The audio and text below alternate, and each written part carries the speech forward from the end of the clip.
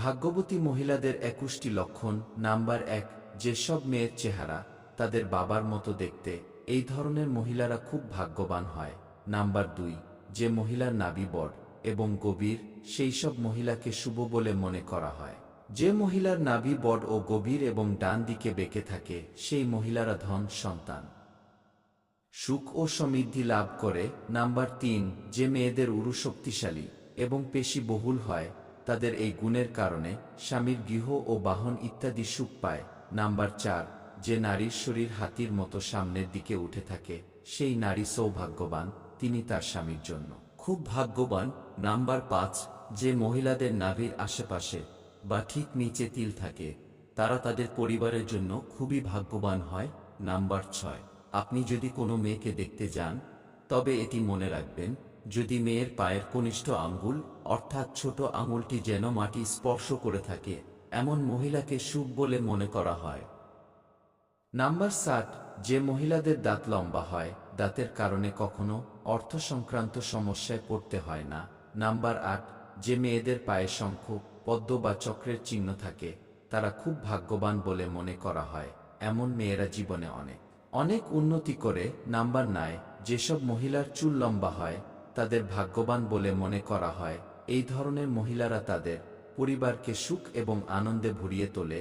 Number 10, যেসব মেয়েদের কপাল চ্যাপ্টা হয়, সেসব মেয়েরা সৌভাগ্যবান, তাদের স্বামীর আয়ু দীর্ঘ হয়। নাম্বার 11, মেয়ের চুল যদি মেঘের মতো কালো হয় এবং কুণ্ডলীর মতো কোকড়ানো হয়, তবে এটি খুব শুভ বলে মনে করা হয়।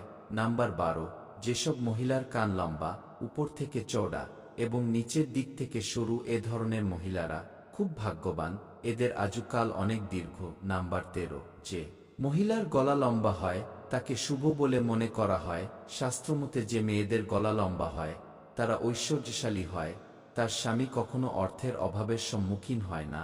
নাম্বার 14, যে মহিলার গোড়ালি গোলাকার এবং নরম, এই ধরনের মহিলা সারা জীবন আরাম উপভোগ করে, তার এই গুণের কারণে পরিবার উপকৃত হয়। নাম্বার 15, যেসব মহিলার চোখ বড়, তারা খুব দয়ালু স্বভাবের, তাদের মধ্যে সব সময় দানশীলতা ও দানশীলতার অনুভূতি থাকে। সে নিজের পাশাপাশি তার পরিবারের ভালো যত্ন নেয়। যে বাড়িতে তাদের বিয়ে হয়, সেখানে টাকার সমস্যা থাকে না। নাম্বার 16, যে সমস্ত মহিলাদের শরীরের ডান দিকের চেয়ে বাম দিকে বেশি তিল থাকে, এই ধরনের মেয়েরা পরিবারের জন্য খুব ভাগ্যবান বলে মনে করা হয়। তারা তাদের শ্বশুর বাড়ির জন্য খুব ভাগ্যবান, তাদের পরিবারে কখনো সুখ শান্তির অভাব হয় না। নাম্বার 17, যেসব মহিলার পা লম্বা, তাকে মা লক্ষ্মীর রূপ মনে করা হয়।